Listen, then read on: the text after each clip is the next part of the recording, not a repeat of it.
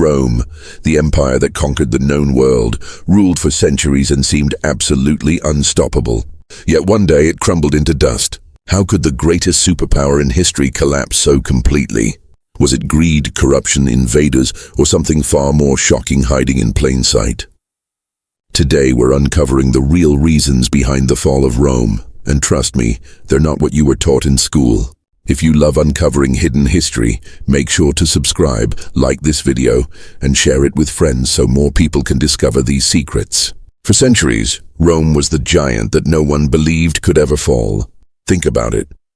This was a civilization that stretched from the deserts of Africa to the icy frontiers of Britain, from Spain all the way to the Middle East. Roads, aqueducts, armies, laws. The Romans had built a machine of power that seemed invincible. To the people living under its rule, the empire looked eternal. The Colosseum stood as a symbol of strength. Legions marched across continents. Gold and grain flowed into Rome like rivers. But here's the shocking truth. Rome was never as unshakable as it looked. Beneath the marble, the empire was cracking. Those cracks didn't appear overnight. They built up slowly, like pressure under a volcano. And when the eruption finally came, it didn't just destroy Rome. It shocked the entire ancient world. Let's peel back the layers of this fall. We usually imagine Rome collapsing because of a single big event. Barbarians storming the gates, or a weak emperor making one bad decision. But the truth is much darker. Rome wasn't toppled in a day. It was undone from within, piece by piece. One of the biggest cracks: money. The Roman economy was like a magnificent palace built on rotten wood. As the empire expanded, its wealth depended on constant conquest, plundering new lands, taxing new provinces, enslaving new people. But once Rome reached its limits, once there were no more easy lands to conquer, that money flow began to dry up. Instead of adapting, the empire doubled down. Emperors debased the currency, mixing cheap metals into gold and silver coins. Imagine having your paycheck cut in half, but prices in the market doubling every year. That's what Romans lived through. Inflation soared, trade slowed, and ordinary people were crushed under taxes. The rich grew richer, the poor starved, and resentment bubbled beneath the surface. And all the while, the Roman army, once the greatest war machine in history, was stretched thinner and thinner. Protecting an empire so huge took more soldiers, more forts, more weapons than the economy could realistically provide. Rome began hiring foreign mercenaries, men who fought not for loyalty to the empire, but for coin. And when the money ran out, loyalty vanished with it. This wasn't just a story of armies and emperors, it was a story of a society that forgot its foundation. The Romans thought their empire was eternal, but slowly, silently, the ground beneath them was crumbling. And that's just the beginning, because money and armies were only the surface cracks. The deeper wounds, the ones that truly tore Rome apart, were still to come. So buckle in, because in the next part, we'll uncover how Rome's own leaders, its culture, and even its identity turned against itself. And before we continue, if you're fascinated by this unraveling of history, don't forget to subscribe, like, and share this video. It helps keep the stories of the past alive. If the economy was the slow poison eating away at Rome's strength, politics was the dagger twisting in its back. The empire wasn't just collapsing because of money. It was tearing itself apart from the top down. Rome's leadership was supposed to be the glue that held this massive world together. But instead, the throne became a game of power, betrayal, and survival. Between the years 235 and 284 AD, a period historians now call the crisis of the 3rd century, Rome cycled through more than 20 emperors. That's right, 20 rulers in less than 50 years. Some lasted a few years, others only a few months, and almost all of them met violent ends. Why? Because the emperor's crown was no longer won in the Senate or passed down in dynasties. It was decided on the battlefield. The Roman army, the same legions meant to protect the empire, became kingmakers. Generals fought not just against enemies at the borders, but against each other, each one declaring himself emperor if he could bribe or rally enough soldiers to his side. This constant civil war was devastating. Imagine provinces stripped bare not by invaders, but by Rome's own armies fighting one another. Fields were burned, cities plundered, citizens crushed between rival generals. At times, there were even multiple emperors at once, each claiming to be the rightful ruler. For ordinary Romans, it felt like living in a house where the owners were too busy fighting over the keys to notice the roof was caving in. And here's where the real danger appeared. While Rome was busy fighting itself, its enemies were watching. Across the Rhine and Danube rivers, Germanic tribes saw weakened defenses. In the east, Persia tested Rome's crumbling strength. These were not coordinated invasions yet, they were probing attacks. But every time Rome tore itself apart in civil war, the borders became easier to breach. Now let's pause and play devil's advocate for a second. Some historians argue this chaos wasn't inevitable. After all, Rome had faced political assassinations and power struggles before, but what made the 3rd century different was the sheer scale of instability. When leadership is constantly changing, no long-term reforms stick. One emperor might try to fix taxes, the next reverses it. One builds alliances, the next burns them. Without stability at the top, everything else, economy, culture, security, spirals downward.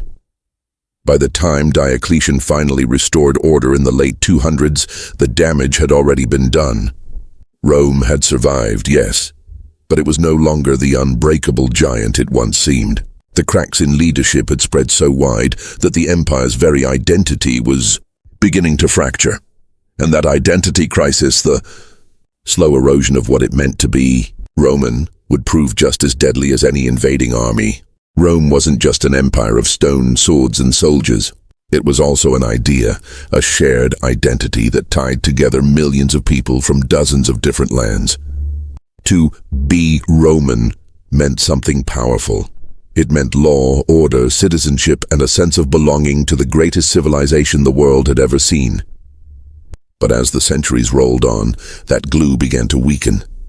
At its peak, Rome ruled over people who spoke countless languages, worshipped countless gods, and lived in landscapes as different as the frozen moors of Britain and the deserts of Egypt. For a while, Rome managed to unite them under one banner. Roads, trade, the army, all created a sense of connection. Yet the bigger Rome grew, the harder it became to hold that shared Roman identity together. By the late empire, cracks began to show. Citizens in Italy still saw themselves as the true Romans, while those in distant provinces often felt like second-class subjects, exploited for taxes and grain. The idea of Rome as one unified culture was fading. Local identities grew stronger, loyalty to the empire weaker, religion only deepened the divide. In the early centuries, Rome had been a world of many gods, a place where Jupiter, Mars, and Venus shared temples with the gods of conquered lands. But in the 4th century, everything shifted. Christianity, once a persecuted faith, became the official religion of the empire. On the surface, this might look like a unifying moment, a single religion for all Romans. But in reality, it sparked fierce conflict. Pagan temples were destroyed, old traditions outlawed, and entire communities split between old beliefs and the new Christian order. Instead of one empire bound by faith, Rome became an empire divided by it. The unity that once came from shared culture fractured into endless debates about doctrine, heresy, and who was the true believer.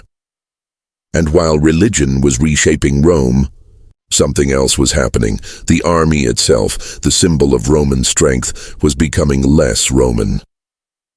As the empire struggled to recruit, it turned to outsiders, hiring Germanic warriors, Gothic cavalry, and foreign mercenaries to fill its ranks. These men fought under the Roman banner, but they were not loyal to Roman traditions. For them, Rome was just a paycheck, not a homeland. By this point, Rome was no longer the Rome of the Caesars. It had become a patchwork empire, more fragile than it looked. The people who lived within its borders no longer shared the same values, the same faith, or even the same sense of identity. And when an empire loses its identity, it loses the one thing stronger than armies and walls, the belief in itself. This loss of Romanness was a wound that never healed. And it made the empire vulnerable, because when the final blows came, many inside Rome no longer cared enough to defend it. And that's where we're heading next. because the so-called barbarian invasions weren't really the cause of Rome's fall. They were just the spark that lit the fire already burning. And don't forget, if you want to keep uncovering history's hidden truths, make sure to subscribe, like, and share this video so we can keep these stories alive.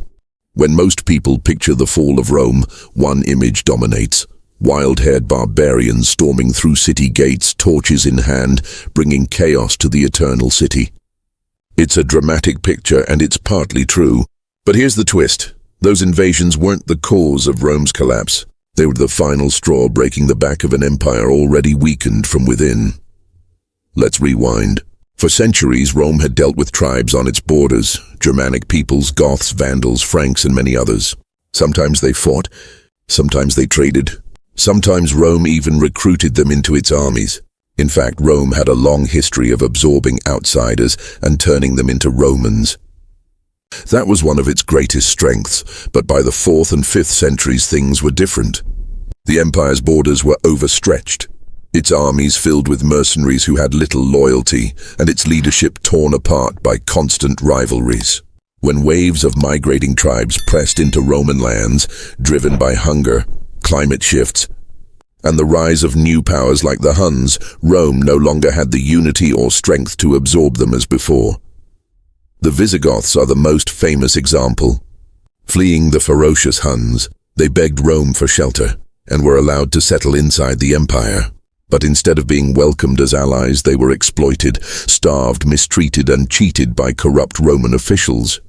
Desperation turned to anger, and soon the Visigoths revolted. In 378 AD, at the Battle of Adrianople, they crushed a Roman army and even killed the emperor himself. That battle was a turning point. Rome had been beaten before, but never like this. Not on its own soil, not by an enemy it had tried to shelter. The myth of Roman invincibility was shattered. And then came the moment that echoed through history. 410 AD. The Visigoth king Alaric marched his warriors into Rome itself and sacked the city. For the first time in 800 years, Rome was not untouchable. The eternal city had been humbled, but here's where the devil's advocate comes in.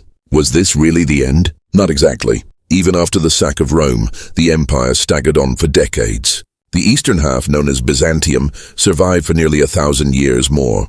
So the barbarian invasions didn't instantly topple Rome. They simply pushed over an empire already hollowed out by economic collapse, political chaos, and cultural fragmentation. Think of it like a great oak tree. To the outside, it looks solid and unbreakable, but inside, rot has eaten away at its core. The barbarians were just the storm that knocked it down, and in Part 5, we'll uncover the deeper lesson: why even the mightiest empires crumble when they forget what made them strong in the first place. Before we dive into that, remember, history's biggest myths deserve to be challenged. So don't forget to subscribe, like, and share this video if you're enjoying peeling back the truth behind the fall of Rome. By the mid-400s, the Roman Empire in the West was a shadow of its former self. The marble palaces still stood, the Senate still met, and the emperors still wore their crowns. But the power behind those symbols had long since faded. The economy was drained, the army was fractured, and the people no longer shared a common identity. To make matters worse, Rome's leaders kept clinging to the illusion of control. They believed that simply wearing the imperial purple meant they still ruled an empire. But power isn't about appearances, it's about reality. And in reality, Rome was no longer Rome.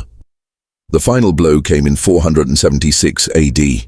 A Germanic warlord named Odoacer marched into Italy and deposed the boy emperor Romulus Augustulus. There was no dramatic battle, no thunderous clash of armies, just a quiet handover. The Western Roman Empire was gone, not with a bang, but with a whimper. But here's the fascinating twist. For many people living in the provinces, life didn't suddenly change overnight.